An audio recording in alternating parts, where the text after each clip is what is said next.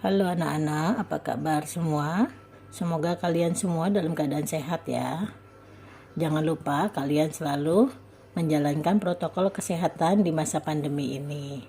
Oke, Ibu sekarang akan membahas tentang bangun ruang tabung atau sering juga disebut dengan silinder. Sebelum kita memulai, jangan lupa kalian subscribe, like, share, dan tekan tombol loncengnya supaya kalian tidak ketinggalan materi-materi berikutnya. Pembahasan pertama, kita akan membahas tentang konsep tabung. Apa sih tabung atau silinder itu? Oke. Tabung atau silinder adalah bangun ruang yang memiliki sifat-sifat sebagai berikut.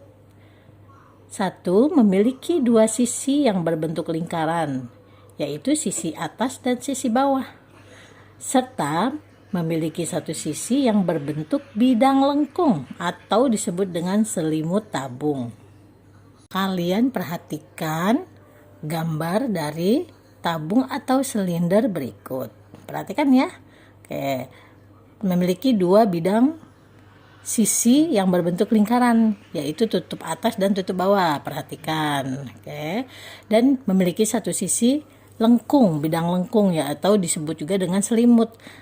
Nah, tabung ini kalau kalian buka atau kalian belah atau kalian gunting, dia akan membentuk jaring-jaring seperti video berikut. Perhatikan baik-baik ya anak-anak.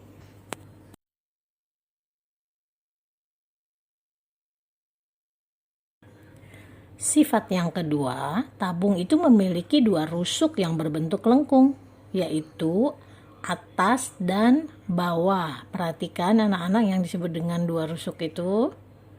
Ya, oke, mengerti kalian? Sifat ketiga tabung adalah tabung itu tidak memiliki titik sudut. Coba kalian perhatikan. Sudut itu adalah pertemuan antara dua garis ya, yang berpotongan dan bertemu di dalam satu titik, sedangkan tabung itu hanya memiliki sisi-sisi atau rusuk lengkung, jadi tidak ada pertemuannya ya, bukan garis. Perhatikan ya, karena dia berbentuk lengkung, sisi-sisinya dan rusuknya, berarti dia tidak memiliki titik sudut. Nah, sekarang apa aja sih Bu contoh benda-benda yang berbentuk tabung? Oke, coba kalian perhatikan benda-benda yang ada di sekeliling kalian. Apa aja yang berbentuk tabung? Kalau di sini Ibu contohkan ya benda-benda yang berbentuk tabung. Ada tabung gas, gelas, celengan, atau botol minuman, atau bisa juga drum. Setelah kalian memahami konsep tabung dan contoh-contoh benda yang berbentuk tabung, berikutnya kita akan membahas tentang luas permukaan tabung. Luas permukaan tabung sering juga disebut dengan luas tabung. Jadi itu tidak masalah ya kalau ada buku yang bertanya misalnya berapa luas permukaan tabung, atau ada juga yang menyebutnya dengan berapa luas tabung. Itu sama saja ya anak-anak. Untuk mencari luas tabung, berarti kita harus memahami dulu ya, tabung itu terdiri dari dua sisi lingkaran dan satu buah selimut. Kalau dibedah, selimut tabung itu berbentuk persegi panjang ya anak-anak ya. Jadi persegi panjang yang ditekuk gitu menjadi sebuah selimut ya. Oke. Karena dua sisinya berbentuk lingkaran, berarti kita cari dulu luas lingkarannya. Luas lingkaran itu kan sama dengan pi r kuadrat. Nah, luas persegi panjang itu adalah panjang dikali lebar. Persegi panjang itu bentuk dari selimut ya anak-anak, ingat. Nah, panjang dari persegi panjang atau selimut itu adalah keliling lingkaran. Kenapa? Kenapa disebut dengan keliling lingkaran? Karena persegi panjang itu ditekuk membentuk sebuah selimut tabung ya. Berarti panjangnya itu berupa keliling lingkaran atau rumus keliling lingkarannya itu kan 2 pi r. Berarti panjang dari persegi panjang itu adalah 2 pi r. Sedangkan lebar dari persegi panjang atau selimut tabung itu adalah tinggi tabung. Berarti lebar sama dengan tinggi. Berarti luas selimut tabung panjang dikali lebar, atau kita ganti panjangnya adalah 2πr, lebarnya adalah T. Berarti luas selimut tabung sama dengan 2πrt. Nah, luas permukaan tabung digabung ya. 2 lingkaran ditambah luas selimut. 2 lingkaran berarti 2πr kuadrat ditambah 2πrt. Itulah rumus permukaan tabung, di mana P-nya adalah panjang, L-nya adalah lebar, R sama dengan jari-jari, T sama dengan tinggi tabung, dan Pi-nya 22/7 atau 3,14. Loh Bu, kok 22/7 atau 3,14? Yang kita pakai yang mana? Nah, Ibu kasih tahu kuncinya ya. Jika jari-jari atau tinggi adalah angka-angka kelipatan 7, itu jauh lebih baik kalian menggunakan 22/7. Sedangkan jika jari-jarinya atau tingginya kelipatan dari 10, di luar dari kelipatan 7, kalian bisa menggunakan 3,14. Yang manapun kalian gunakan, hasilnya akan sama ya. Contoh soal, sebuah tabung memiliki jari-jari 7 cm. Tinggi tabung 10 cm. A. Hitunglah luas selimut tabung. B. Hitunglah luas permukaan tabung. Pertama-tama untuk menjawabnya, kita tuliskan dulu ya, R-nya berapa? Oke, R adalah jari-jari, berarti R sama dengan 7 cm. T-nya 10 cm. Seperti yang sudah Ibu bilang tadi, kalian perhatikan jari-jarinya angka 7, berarti dia kelipatan 7. Kalau begitu, kita lebih baik memakai Pi-nya itu yang 22/7. Berarti luas selimut itu kan 2πrt. 2 dikali 22/7 dikali R-nya 7 dikali 10. Kalian hitung ya, 2 dikali 22 dikali 7 kali 10, hasilnya kalian bagi 7. Hasilnya terakhir adalah 440 cm persegi. Luas tabung sama dengan 2πr kuadrat ditambah 2πrt. Oke, kita masukkan angka-angkanya. 2 dikali 22/7 dikali 7 dikali 7 ditambah 2 dikali 22/7 dikali 7 dikali 10. Oke, hasilnya kalian hitung 2 dikali 22 dikali 7 kali 7, hasilnya berapa? Lalu kalian bagi 7 ya. Hasilnya adalah 308. Ditambah 440 luas selimutnya.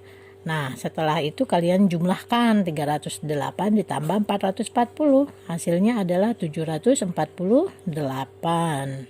Soal kedua, sebuah drum memiliki diameter 20 cm dan tinggi 100 cm. Hitunglah A. luas selimut tabung, B. luas permukaan tabung. Nah, di sini yang diketahui adalah diameter atau D 20 cm. T-nya 100 cm. Sedangkan rumus luas selimut itu kita membutuhkan jari-jari. Gimana Bu cara cari jari-jari? Jari-jari itu adalah diameter dibagi 2. Ya, karena diameternya 20, berarti jari-jarinya 20 dibagi 2, yaitu 10 cm. Oke, setelah dapat jari-jarinya, kita cari luas selimut ya.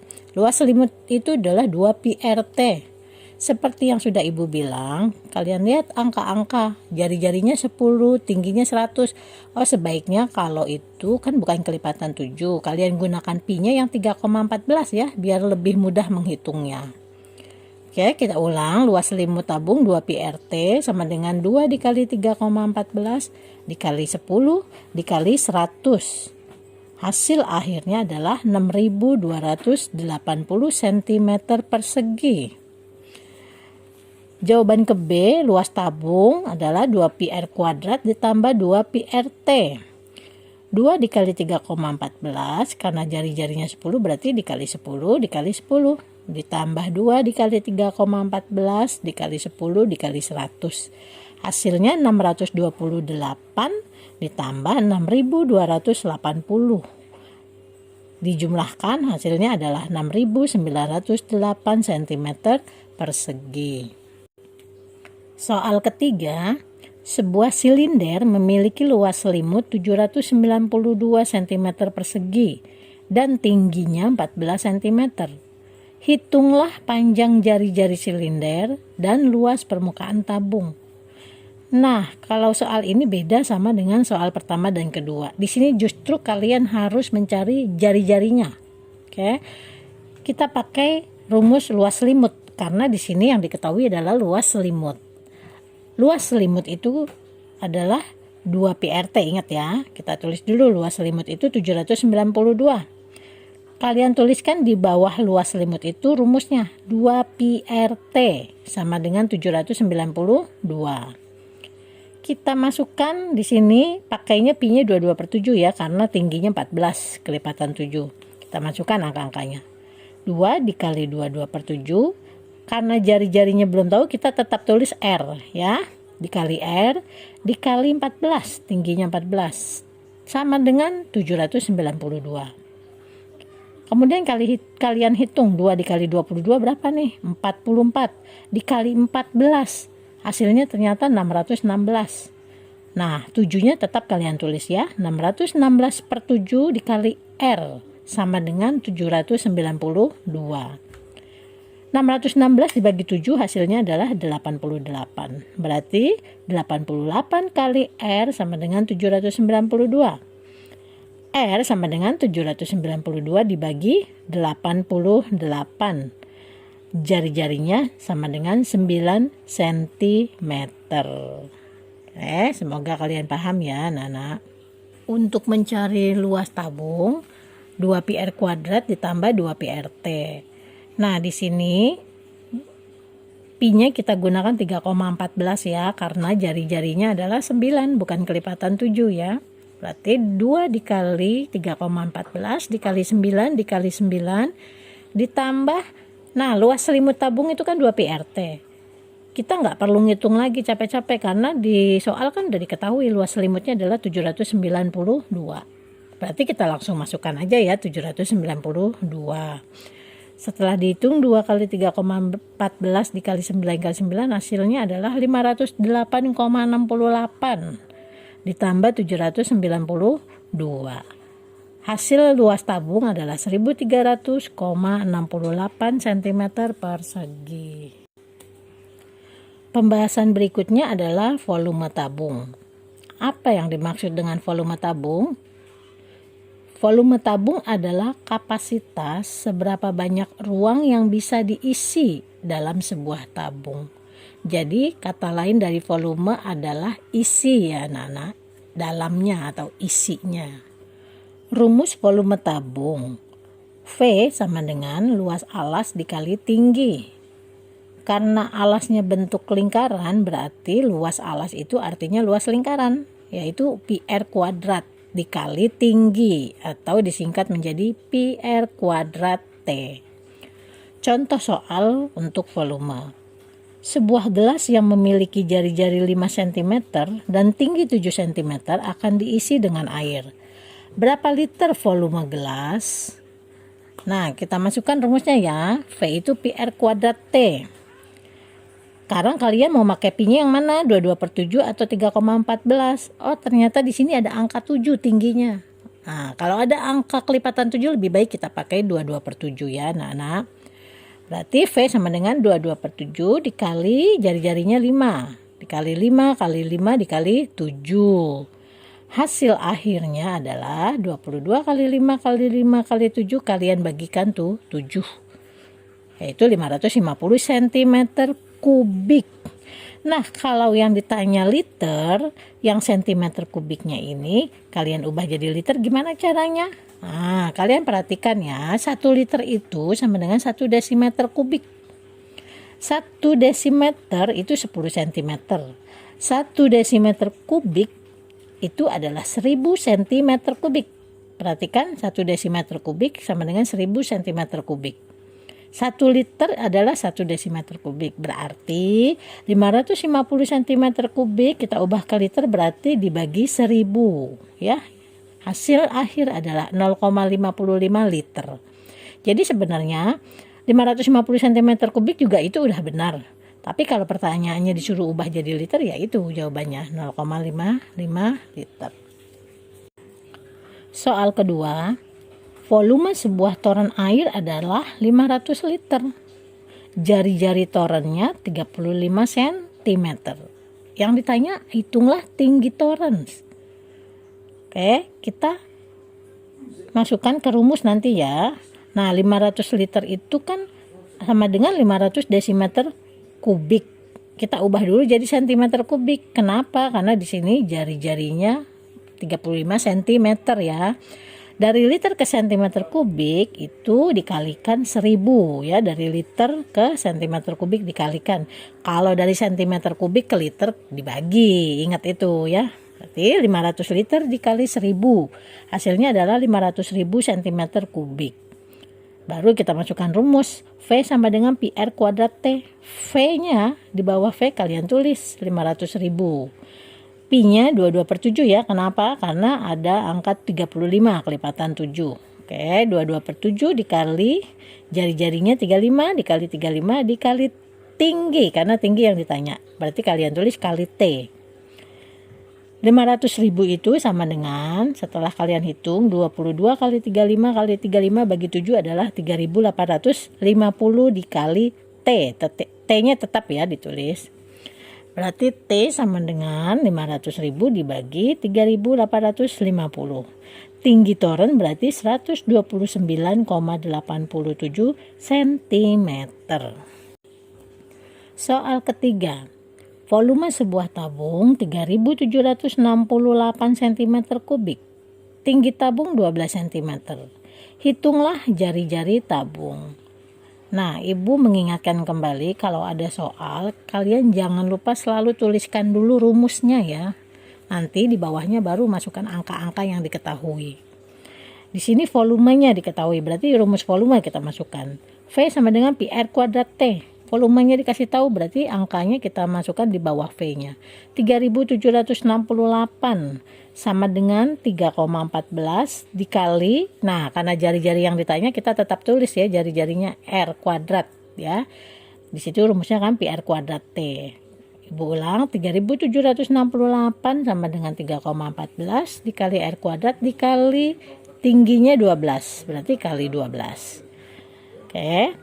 3.768 sama dengan hasil kali 3,14 dan 12 adalah 37,68 dikali R kuadrat. Berarti R kuadrat sama dengan 3.768 dibagi 37,68. R kuadratnya sama dengan 100. Nah, yang ditanya jari-jari, tapi di sini masih R kuadrat. Ingat ya, masih R kuadrat. Berarti untuk mencari R-nya atau jari-jari itu akar dari 100. R-nya adalah 10. Oke, sampai di sini dulu ya anak-anak. Semoga kalian semua bisa mengerti apa yang sudah Ibu terangkan dalam video ini. Terima kasih.